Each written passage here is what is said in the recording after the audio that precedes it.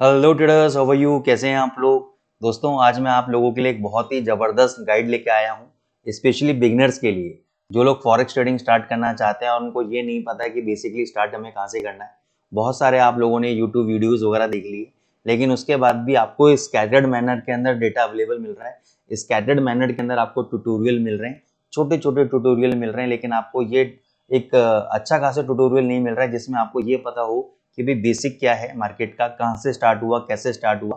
तो आज हम आपको यही बताने जा रहे हैं कि भाई फॉरेक्स ट्रेडिंग कैसे स्टार्ट करें, और इसमें हम 3-4 वीडियोस की सीरीज होगी, तो उनको आप देखिएगा और आपको समझ में आएगा कि फॉरेक्स ट्रेडिंग को हम कैसे स्टार्ट कर सकते हैं। और मैं आपको गारंटी देता हूँ कि ये वीडियो देखने के बाद आपको दूसरा वीडियो देखने की जरूरत नहीं पड़ेगी। तो आइए, मैं अपने स्क्रीन पे हम लोग आ चुके हैं, और जैसा कि आपको स्क्रीन पे दिख रहा है कि how to trade forex market for beginners, इसकी हम स्टार्ट करने जा रहे हैं। तो what is forex market? Forex market क्या है बेसिकली? तो फॉरेक्स मार्केट एक इंटरनेशनल डिसेंट्रलाइज फाइनेंशियल मार्केट है, जहाँ पे एक करेंसी एक्सचेंज होती है दूसरे करेंसी के अगेंस्ट में। अगर मैं यहाँ पे इस वर्ड को चेकआउट करूं, फॉरेक्स, फॉरेक्स का मतलब क्या हो गया? फॉरेक्स का मतलब हो गया फॉरेन एक्सचेंज। क्या मतलब हो गया? Foreign exchange. एक्सचेंज का मतलब क्या हो गया? अदला बदली। ठीक है, किस चीज की अदला बदली? करेंसी मार्केट की अदला बदली, करेंसीज की अदला बदली। अगर आप इंडिया में रहते हैं और इंडिया में मान के चलो आप वेजिटेबल मार्केट जाते हैं, या इंडिया में समझो आप फ्रूट्स मार्केट जाते हैं, तो जब वेजिटेबल मार्केट जाते हैं या फ्रूट मार्केट जाते हैं, तो जो भी सामान आप परचेज करते हैं उसके अगेंस्ट में आप क्या देते हैं? इंडियन रुपी देते हैं। या आप मान के चलो आउटसाइड इंडिया जा रहे हैं ट्रेवलिंग के लिए, आप अमेरिका जा रहे हैं, आपको करेंसी चाहिए डॉलर, तो आप पूछोगे सर $1 का रेट कितना है? वो बोलेगा सर $1 का रेट है 80 रुपीज। तो आपको कितने डॉलर चाहिए? आप बोलोगे सर $1000 चाहिए मेरे को। तो आपको जो एक्सचेंजर होगा वो बोलेगा 80,000 रुपीज आप मुझको पे कर दो, तो मैं आपको डॉलर दे दूंगा। तो यहाँ पे आपने देखा कि दो करेंसीज की अदला बदली हुई, किसकी? डॉलर की और INR की, इंडियन रुपी की। तो यहाँ पे एक करेंसी के अगेंस्ट में हमने दूसरी करेंसी दी, that is called the foreign exchange market. अब इस मार्केट को हम फॉरेक्स मार्केट भी बोलते हैं, FX मार्केट भी बोलते हैं, और स्पॉट FX मार्केट भी बोलते हैं। और ये मार्केट दुनिया का सबसे ज्यादा ट्रेडेड होने वाला मार्केट है। अगर मैं Indian stock market, New York stock market, इन सबको मिला दूं तो भी इतना टर्नओवर नहीं होता जितना अकेला ये फॉरेक्स मार्केट करता है, $1 ट्रिलियन पर डे। अब इससे हमें क्या बेनिफिट मिलता है कि मार्केट के अंदर एम्पल लिक्विडिटी है, यानी एम्पल बायर भी है, एम्पल सेलर भी है। जिस भी रेट में आप चाहो, जितनी क्वांटिटी आप चाहो बाय कर सकते हो करेंसी की, और जितनी क्वांटिटी आप चाहो, जितना सेल करना चाहते हो आप सेल कर सकते हो उस करेंसी की। तो आपको ये नहीं देखना है कि यार बायर कम है, सेलर कम है, रेट नहीं आ रहा है, तो ये प्रॉब्लम खत्म है, लिक्विडिटी की प्रॉब्लम खत्म है इसके अंदर। ठीक है, तो इस मार्केट के अंदर सबसे पहले जो लोग पार्टिसिपेट करते थे वो बड़े बड़े फाइनेंशियल इंस्टीट्यूशंस पार्टिसिपेट करते थे। तो अगर मैं इंडिया की बात करूं तो सबसे बड़ा फाइनेंशियल इंस्टीट्यूशन कौन सा है? जैसे कि रिजर्व बैंक ऑफ इंडिया, ये एक सेंट्रल बैंक है। और फाइनेंशियल इंस्टीट्यूशन की बात करूं तो LIC ऑफ इंडिया, या स्टेट बैंक ऑफ इंडिया, ठीक है ना, या pension fund regulatory development authority, ये सारे बड़े बड़े फाइनेंशियल इंस्टीट्यूशंस हैं जो फॉरेक्स मार्केट में किसी न किसी माध्यम से पार्टिसिपेट करते हैं। दूसरा आता है सेंट्रल बैंक, जैसे मैंने अभी नाम लिया रिजर्व बैंक ऑफ इंडिया, ये इंडिया का सेंट्रल बैंक है। अगर मैं यहीं पे बोलूं कि अमेरिका का सेंट्रल बैंक कौन सा है, तो अमेरिका का सेंट्रल बैंक है फेडरल रिजर्व, जिसको हम शॉर्ट फॉर्म में फेड भी बोलते हैं। कौन सा है? फेडरल रिजर्व, जिसको हम शॉर्ट फॉर्म में क्या बोलते हैं? फेड बोलते हैं, फेड।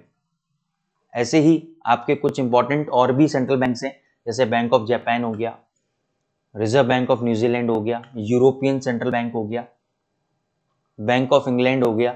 ऐसे कई सारे सेंट्रल बैंक्स हैं जो फॉरेक्स मार्केट के ऊपर इंपैक्ट डालते हैं। पहले जब इंटरनेट नहीं हुआ करता था तो लोगों को फॉरेक्स मार्केट के बारे में नहीं पता था। जब 2014 में इंटरनेट का रेवोल्यूशन आया, जियो आया, और इसने गांव-गांव तक इंटरनेट पहुंचाया, तब लोगों को पता लगा यार फॉरेक्स मार्केट नाम की भी कोई चीज है। अब ये लिक्विडिटी होने से या फॉरेक्स मार्केट में आने से हमें क्या बेनिफिट है? सबसे बड़ा बेनिफिट है दोस्तों कि ये फॉरेक्स मार्केट आपका 24 आवर्स मार्केट है। ठीक है, अब इसका मैं कंपैरिजन दिखाता हूँ, कंपैरिजन स्टॉक मार्केट और फॉरेक्स मार्केट के बीच में। देखो, टोटल टर्नओवर $6 ट्रिलियन का है मिनिमम।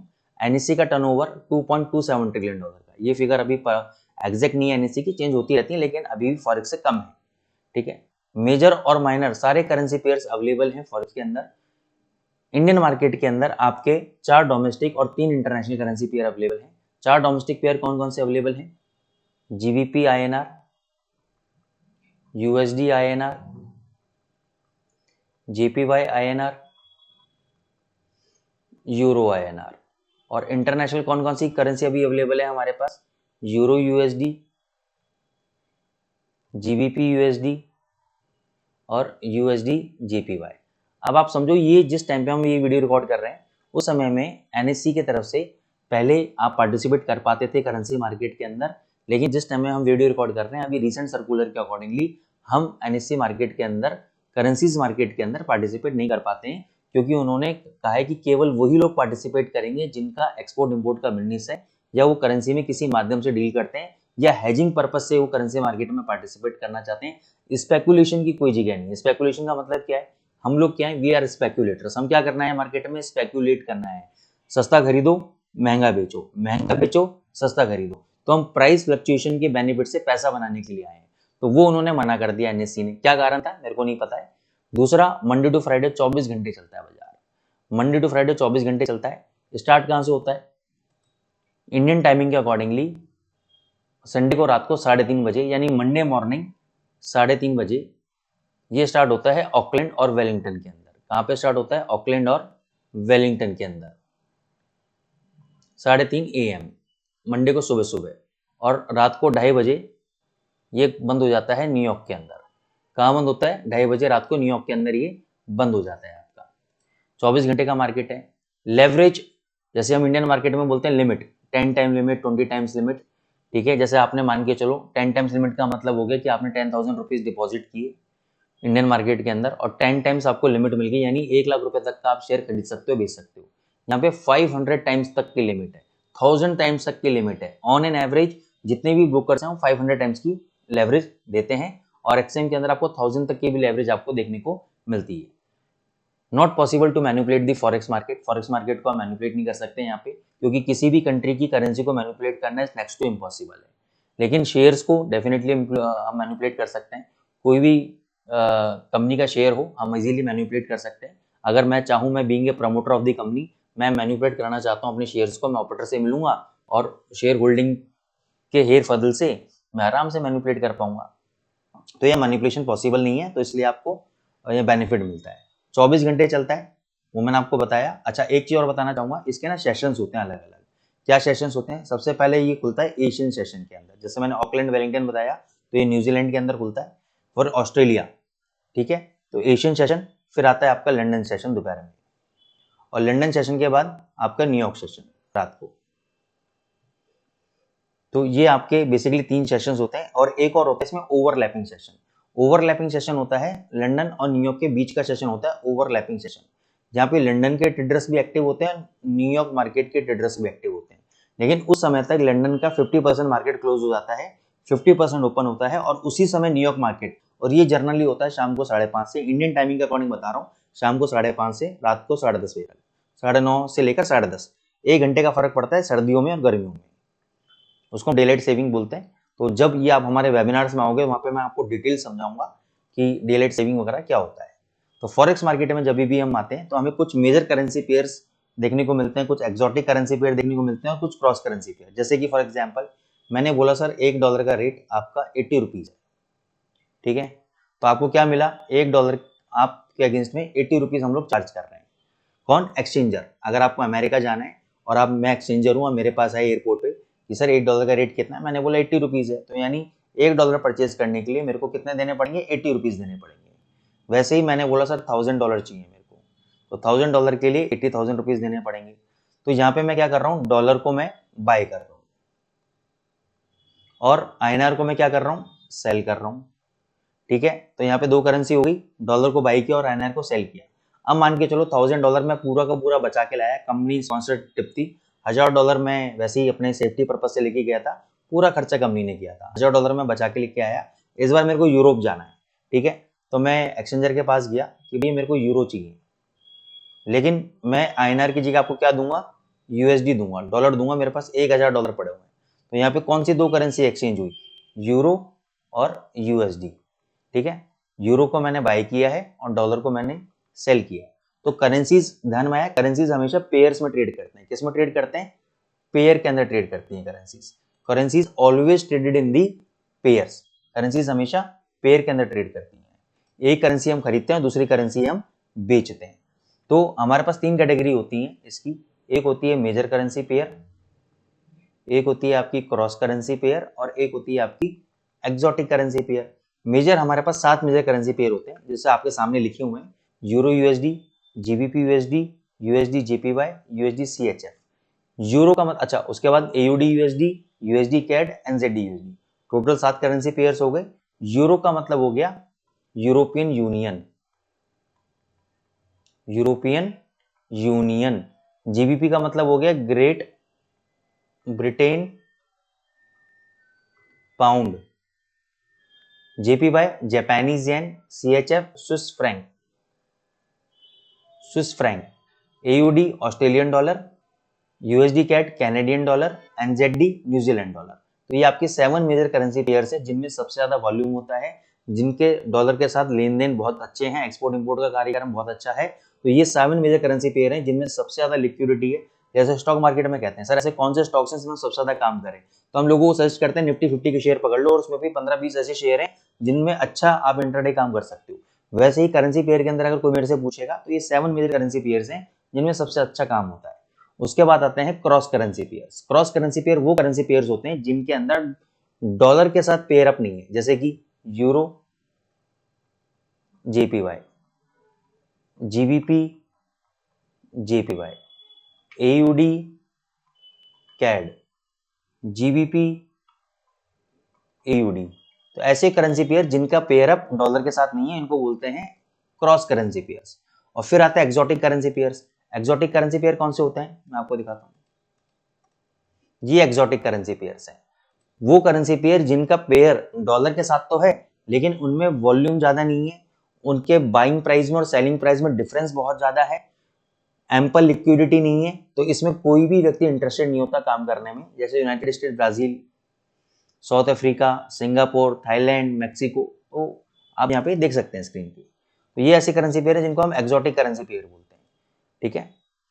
इसके बाद करेंसी पेयर आपको समझ में आ गया कि भाई 7 मेजर करेंसी पेयर्स होते हैं। अब इनके कुछ सेंट्रल बैंक्स होते हैं, जैसे मैंने बताया। यूरो का अगर मैं बात करूंगा तो यूरो का सेंट्रल बैंक है यूरोपियन सेंट्रल बैंक, लिख लीजिए। जीबीपी का है बैंक ऑफ इंग्लैंड, जेपीवाई का है Bank of Japan, CHF Swiss franc, Swiss National Bank, Australia का Reserve Bank of Australia, Canada का बैंक ऑफ कनाडा, न्यूजीलैंड का रिजर्व बैंक ऑफ न्यूजीलैंड। तो ये आपके सेंट्रल बैंक हैं हर कंट्री के जो फॉरेक्स मार्केट में इंपैक्ट डालते हैं। इसके अलावा 3 पार्टिसिपेंट्स होते हैं फॉरेक्स मार्केट के अंदर, central bank, corporation, retail trader. Central bank मैंने आपको समझा दिया। कॉर्पोरेट्स अगर मैं इंडिया के संदर्भ में बात करूं तो अदानी, अंबानी, टाटा, बिरला, मित्तल, ये आपके कॉर्पोरेट्स हैं जो पार्टिसिपेट करते हैं। अगर मैं इंटरनेशनल लेवल पे बात करूं तो कुछ बैंकिंग्स होते हैं, जैसे कि आपका ब्लैक रॉक, आपका JP Morgan, Deutsch bank, city Corp, HSBC bank. तो ये कुछ कॉर्पोरेट्स हैं, ठीक है ना, ये पार्टिसिपेट करते हैं फॉरेक्स मार्केट के अंदर। फिर रिटेल ट्रेडर्स, तीसरी कैटेगरी मेरे और आपके जैसे लोगों की जो मार्केट में स्पेकुलेट करके पैसा बनाना चाहते हैं, that is called the retail traders. Turnover की हम बात करें तो हमने टर्नओवर ऑलरेडी बता दिया, $6.6 ट्रिलियन का टर्नओवर है। और जो स्पॉट मार्केट में हम लोग ट्रेड करते हैं, स्पॉट मार्केट यानी एक फ्यूचर्स मार्केट होता है, एक स्पॉट मार्केट होता है। स्पॉट मार्केट में एक्सपायरी नहीं होती है, फ्यूचर्स मार्केट में एक्सपायरी होती है। जैसे निफ्टी फ्यूचर है, रिलायंस फ्यूचर है, एक पर्टिकुलर एक्सपायरी डेट वाले दिन कॉन्ट्रैक्ट एक्सपायर हो जाएगा। इसमें स्टॉक मार्केट की तरह है, जब तक आपका पैसा है आपके अकाउंट में तब तक आप करेंसी को होल्ड कर सकते हो लाइफ टाइम के लिए, कोई एक्सपायरी डेट नहीं है। ये स्पॉट मार्केट है। इसका टर्नओवर $2 ट्रिलियन का है। रिमेनिंग जो $4.6 ट्रिलियन आता है फॉरेक्स मार्केट में, वो आउटराइट फॉरवर्ड कॉन्ट्रैक्ट होते हैं, कुछ करेंसी स्वैप होते हैं और ऑप्शन एंड अदर प्रोडक्ट्स होते हैं। ये जब आप हमारे वेबिनार्स में आओगे वहां पे मैं आपको डिटेल में समझाऊंगा। अभी केवल आप ध्यान रखो कि $6 ट्रिलियन की इंडस्ट्री है फॉरेक्स मार्केट, ठीक है। मेजर करेंसी बार के बारे बता दिया मैंने आपको बता दिया मेजर करेंसी पेयर कौन से हैं, क्रॉस करेंसी पेयर कौन से हैं और एक्सोटिक करेंसी पेयर्स कौन से हैं, ये हमने डिस्कस कर चुके हैं। एक्सोटिक डिस्कस कर चुके हैं। हाँ, अब डॉलर, अगर आपको फॉरेक्स मार्केट में ट्रेड करना है तो dollar is the main currency या मेजर, आप इसको कह सकते हो कि भाई एक लौता एक ऐसी करेंसी है तो पूरे फॉरेक्स मार्केट को चलाता है, माई बाप है फॉरेक्स मार्केट का। अब reason why dollar plays central role in forex market, the United State economy is the largest economy in the world, the US dollar is the reserve currency of the world, The United States had the largest and the most liquid financial market in the world. The United States has a stable political system. The United States is the world sole military superpower. ठीक है, तो ये कुछ reasons हैं जिसकी वजह से dollar आपका राज करता है पूरे वर्ल्ड के ऊपर, is the king of the forex market. तो हमने यहाँ पे क्या डिस्कस किया कि फॉरेक्स मार्केट हमेशा पेयर्स में ट्रेड होते हैं, 7 मेजर करेंसी पेयर्स होते हैं, बाकी एक्सोटिक और क्रॉसेस में बटे हुए हैं। ठीक है, उसके अलावा डॉलर मेजर रोल प्ले करता है इसके अंदर, हमें 7 मेजर करेंसीज में काम करना चाहिए। एक इंपॉर्टेंट चीज और मैं आपको बताना चाहूंगा कि जैसे ही मान के चलो मैंने बोला यूरो यूएसडी आपकी मेजर करेंसी पेयर है, तो इसमें मैंने बीच में एक स्लैश लगाया है। स्लैश का मतलब होता है कि जो पहली करेंसी है ये वाली, स्लैश से पहले वाली, इसको हम बोलेंगे फर्स्ट करेंसी, और ये जो यूएसडी है इसको हम बोलेंगे सेकंड करेंसी या कोट करेंसी या काउंटर करेंसी। ठीक है, इसमें जो पहली करेंसी होती है इसको हम बोलते हैं बेस करेंसी। क्या बोलते हैं? फर्स्ट करेंसी को हम बेस करेंसी भी बोलेंगे, और जो दूसरी करेंसी है यूएसडी इसको हम सेकंड कोट काउंटर करेंसी बोलेंगे। अगर आप कहते हो सर मैं इसको उल्टा लिख देता हूँ, यूएसडी और यूरो लिख देता हूँ, तभी भी कौन सा सेम रहेगा? पहली करेंसी हमेशा बेस करेंसी रहेगी या फर्स्ट करेंसी रहेगी, और जो यूरो है वो हमेशा second currency, code currency, counter currency रहेगी। क्लियर हो गया आपको?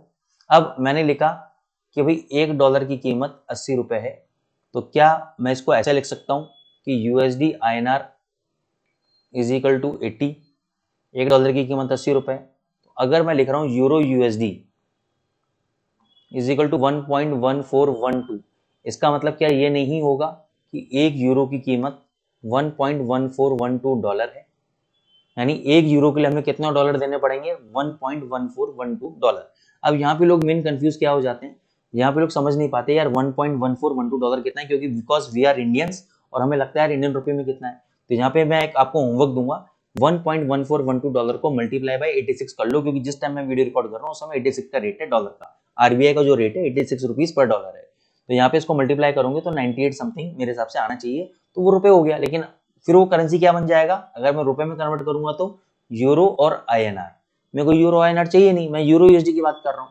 तो अगर मैं लिखूं euro USD is equal to 1.1412, इसका मतलब 1 यूरो की कीमत कितनी है? $1.1412 है। क्लियर हो गया? अब अगर मैं लिखता हूं GBP USD is equal to 1.2512, तो इसका मतलब क्या हो गया? 1 जीबीपी की कीमत कितनी है? 1 जीबीपी की कीमत है $1.2512। ठीक है, यानी 1 जीबीपी परचेस करने के लिए मेरे को कितने डॉलर देने पड़ेंगे? $1.2512 पे करने पड़ेंगे। तो ये जीबीपी यूएसडी की कीमत होगी। तो आई होप दोस्तों आपको समझ में आ गया होगा कि how to read a forex code, कि हम फॉरेक्स कोड को कैसे रीड कर सकते हैं। अब नेक्स्ट वीडियो के अंदर मैं आपको बताऊंगा कि प्रॉफिट लॉस कैसे कैलकुलेट होगा। जैसे हम 100 रुपए का कोई शेयर परचेस करते हैं, 105 रुपए हो गया, तो हमें क्लियर पता है 5 रुपए हमने कमाए एक शेयर पे। यही अगर हम 100 शेयर लेते तो 500 रुपए कमाते। लेकिन अगर मैं यूरो यूएसडी को बाय करूंगा तो कितनी यूनिट बाय करूंगा, कितनी क्वांटिटी बाय करूंगा और कितना मेरे को लॉस प्रॉफिट होगा, वो मैं आपको नेक्स्ट वीडियो के अंदर समझाने जाऊंगा, जिसका नाम है कि pip what is pip leverage margin. तो वो जरूर आप देखिएगा। तो ये वीडियो के बाद आपको वाला वीडियो मिल जाएगा। और आई होप दोस्तों आपको समझ में आ गया होगा कि भाई forex trading, basics of forex trading क्या है, या फॉरेक्स ट्रेडिंग में हम कैसे पार्टिसिपेट कर सकते हैं। दूसरा एक और इंपॉर्टेंट चीज कि फॉरेक्स ट्रेडिंग के लिए ब्रोकर की हमें जरूरत होती है। तो फॉरेक्स ट्रेडिंग के लिए ब्रोकर कौन है? यहाँ पे फॉरेक्स ट्रेडिंग के लिए एक्सएम जो ब्रोकर है is one of the world best broker.